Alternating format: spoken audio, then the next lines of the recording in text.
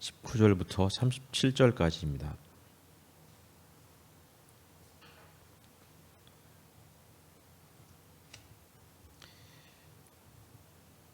기독하겠습니다. 제가 먼저 읽겠습니다. 오래전에 주님께서는 환상 가운데 나타나시어 주님의 성도에게 말씀하셨습니다. 내가 용사들 위에 한 젊은 용사를 세우고 백성들 위에 내가 선택한 용사를 높이 세웠다.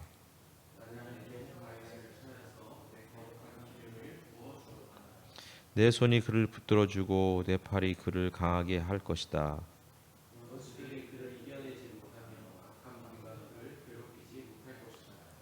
내가 오히려 그의 대적들을 그의 앞에서 격파하고 그를 미워하는 자들을 쳐부수겠다.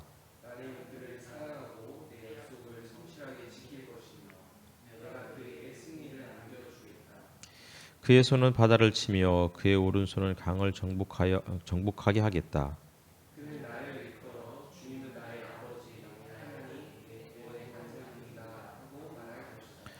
나도 그를 맏아들로 삼아서 세상의 왕들 가운데서 가장 높은 왕으로 삼겠다.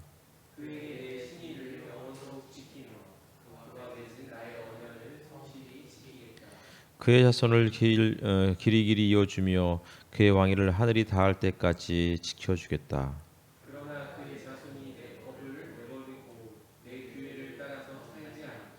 내 율례를 깨뜨리고 내 계명을 지키지 않으면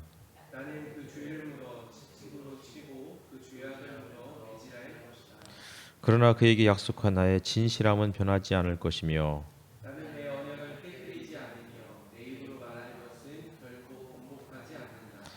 내가 나의 거룩함을 두고 한 번 맹세하였는데 어찌 다윗을 속이겠느냐.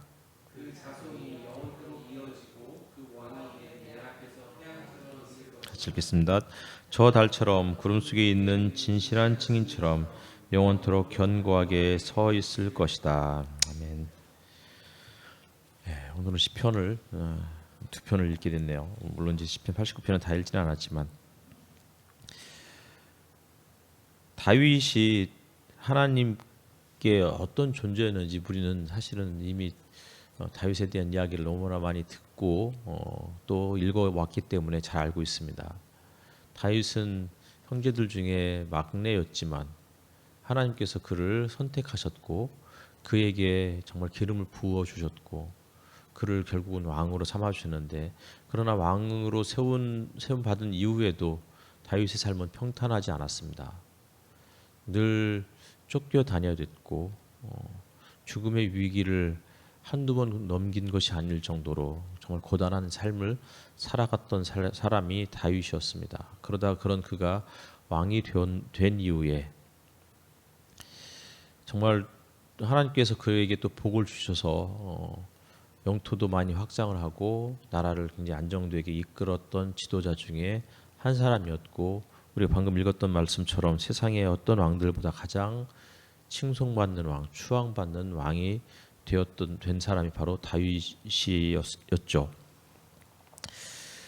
그런데 이제 요 말씀은 사무엘하 아마 7장에 있는 말씀과 이제 그 말씀을 떠올리게 하는 그런 부분인데 하나님께서 다윗과 맺은 언약을 토대로 하고 있는 내용입니다.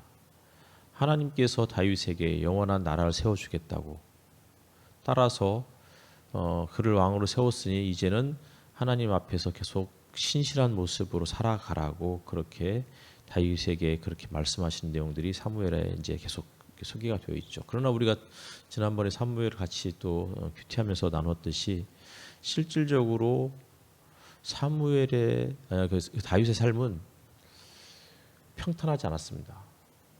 그리고 늘 하나님 앞에 신실하고 진실된 삶을 살아가는 것도 아니었습니다. 그런 결정적인 순간에 또 하나님을 저버리고 결국은 그 일 때문에 어마어마한 이제 또 하나님의 또 그런 심판을 받게 되는 어쩌면 그는 그의 말년이 참 외롭고 비참한 삶을 살아갈 수밖에 없었던 그 삶의 그 이유는 결정적으로 그가 가장 전성기 때 하나님으로부터 그 약속을 잊어버리고 망각하고 혹은 하나님을 배반하고 살았던 그 삶이 그의 그 말년에 그런 결과로 나타났던 것은 아니었을까라고 생각할 수밖에 없습니다. 그런 이 다윗의 인생을 보면 결국은 하나님께서 다윗이 의롭고 진실되게 살았기 때문에 그를 선택하셨던 것이 아니고 하나님께서 처음에 그 형제들 중에서 어쩌면 가장 막내였던 그를 기름 부어 주시고 왕으로 세워 주셨던 이유는 먼저 그분이 그를 선택하시고 그를 기억하셨고 그에게 은혜를 베풀어 주셨던 것이죠. 다윗이 형제들이 이쪽에 있는데 다윗이 특별히 더 믿음이 좋아서 하나님이 그를 선택하셨을까요? 꼭 그것은 아니었을 수도 있습니다. 무슨 말씀이냐면 다윗은 형제들 중에서 가장 어렸기 때문에 어쩌면 현실을 잘 몰랐던 사람일 수도 있는 거예요. 어제도 어떤 한 목사님과 좀 이렇게 통화를 했습니다. 이제 이번 주까지 이제 저희 아이들이 방학이니까 어쨌든 이제 낮에 제가 아이들을 데리고 여기저기 계속 돌아다니잖아요. 그분이 이제 전화하셨을 때는 제가 한바수목원에서 아이들을 이제 무료 그 물놀이장이 이제 거기 설치되어 있으니까 어마어마하게 커요. 잘 돼 있고 애들이 이제 거기 가서 막 놀고 있는데 그 목사님께 전화를 하셨더라고요. 전화를 하셔서는 이제 뭐 하시냐고 그래서 뭐 하고 있다 그랬더니 부럽다고 그러시더라고요.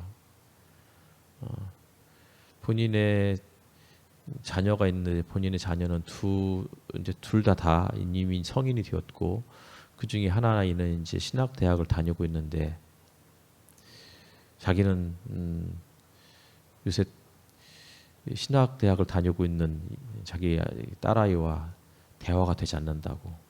무슨 말씀이냐 그랬더니 이제 뭐 학교에서 혹은 그 아이가 다니고 있는 교회에서 너무 이제 그 잘못된 신앙을 가르치고 있다.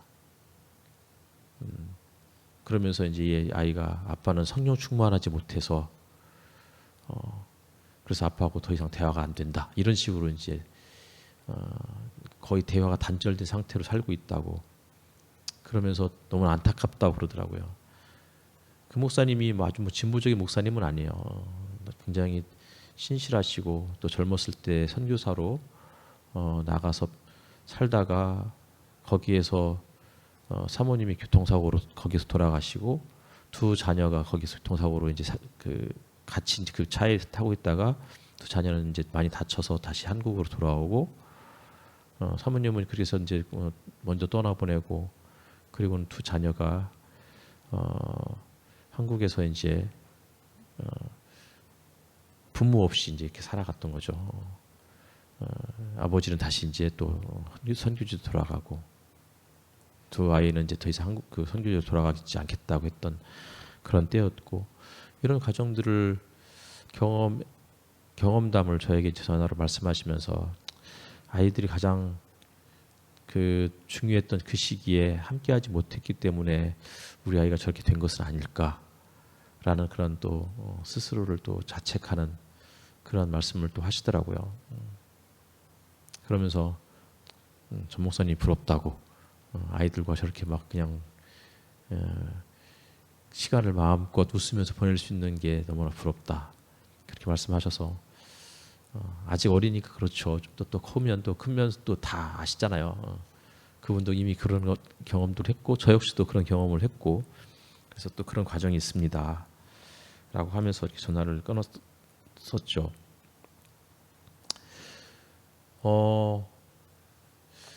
어렸을 때는 잘 몰랐던 것 같아요. 그 목사님하고 이제 통화하면서도 그런 얘기 있었어요.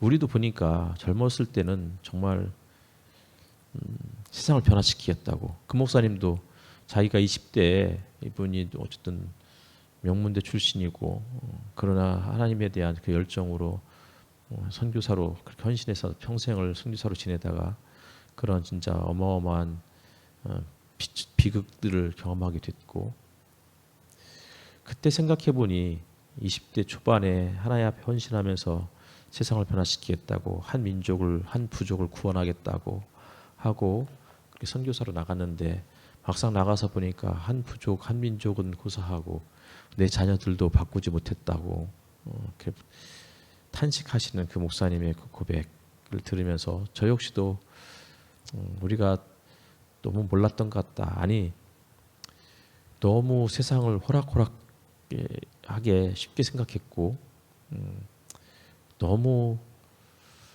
자아도취적인 혹은 교만한 믿음이 아니었는가라고 생각이 든다고. 지금은 그런 말을 못하겠다고. 지금은 그냥 주어진 삶 하루하루를 주어진 사람들을 좀 잘 다독이면서 가는 것만으로도 감사하다고 이렇게 대화를 나누었었습니다. 드리고 싶은 얘기는 그거예요. 다윗이 그나마 형제들 중에서 가장 어렸기 때문에 가장 믿음이 좋아 보였을지 몰라요. 하지만 나이를 좀 더 먹어가고 이러면서 현실에 대해 눈을 뜨고 보니 자기도 연약한 존재임을 그때서야 비로소 깨닫기 시작하는 거죠. 그러니까 결국 하나님이 우리를 선택하셨고 우리에게 먼저 은혜를 베풀어 주셨기 때문에 우리가 살아가는 것이지, 우리가 무슨 좋은 믿음을 가지고 있었기 때문에 그분이 우리를 더 선택하셨고, 우리가 뭘 했기 때문에 그분이 우리에게 은혜를 베풀어 주셨고, 우리가 뭘 했기 때문에 그분이 우리의 기도를 들어주시는 그런 분은 아닐 수도 있겠다라는 생각들을 요새는 더 많이 하게 되는 것 같습니다.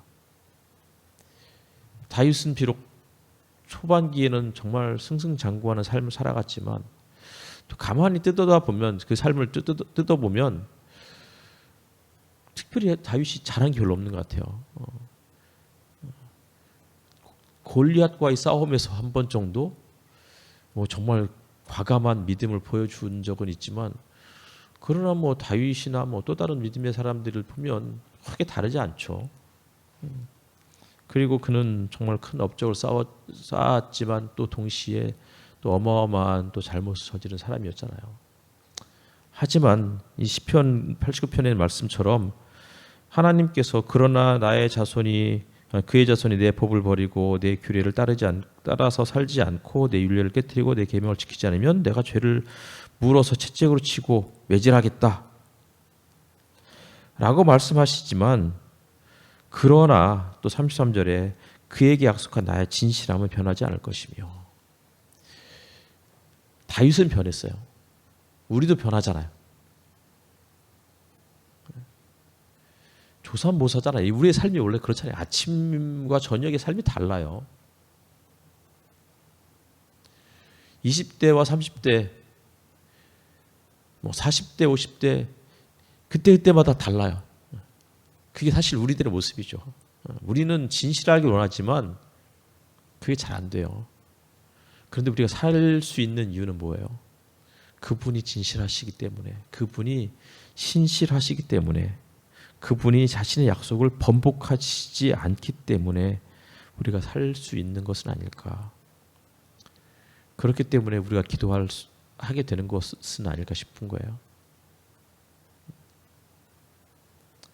주님이 우리에게 침묵하시는 것 같지만 사실 우리는 그분에게 훨씬 더 오랫동안 침묵했을지도 몰라요. 주님이 우리의 기도를 응답하시지 않는 것 같지만 사실 우리는 그보다 훨씬 더 긴 기간을 주님이 우리를 부르셨을 때 귀를 막았을지도 몰라요.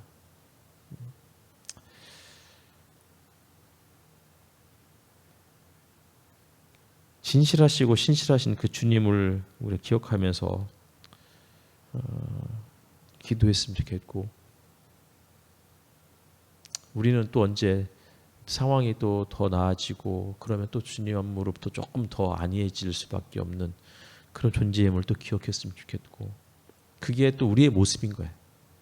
그러니까 그것을 우리 스스로 정당화하자는 뜻이 아니고, 우리가 수시로 좋을 때는 좋고 또 잘못할 때는 잘 못한다 할지라도 주님이 우리를 신실하게 사랑해 주시고 그 언약을 기억해 주시고, 그래서 때로는 우리에게 고난을 주시고 때로는 우리에게 매질하시고 채찍질하신다 할지라도 다시 우리가 사실은 온전히 돌이키지 못하고 온전한 마음으로 온전히 회개하지 못해도 주님이 우리를 회개하는 몸짓만 보여도 돌이키는 몸짓만 보여도 먼저 달려오셔서 부둥켜 안아주시는 분이시다라는 사실을 기억했으면 좋겠어요.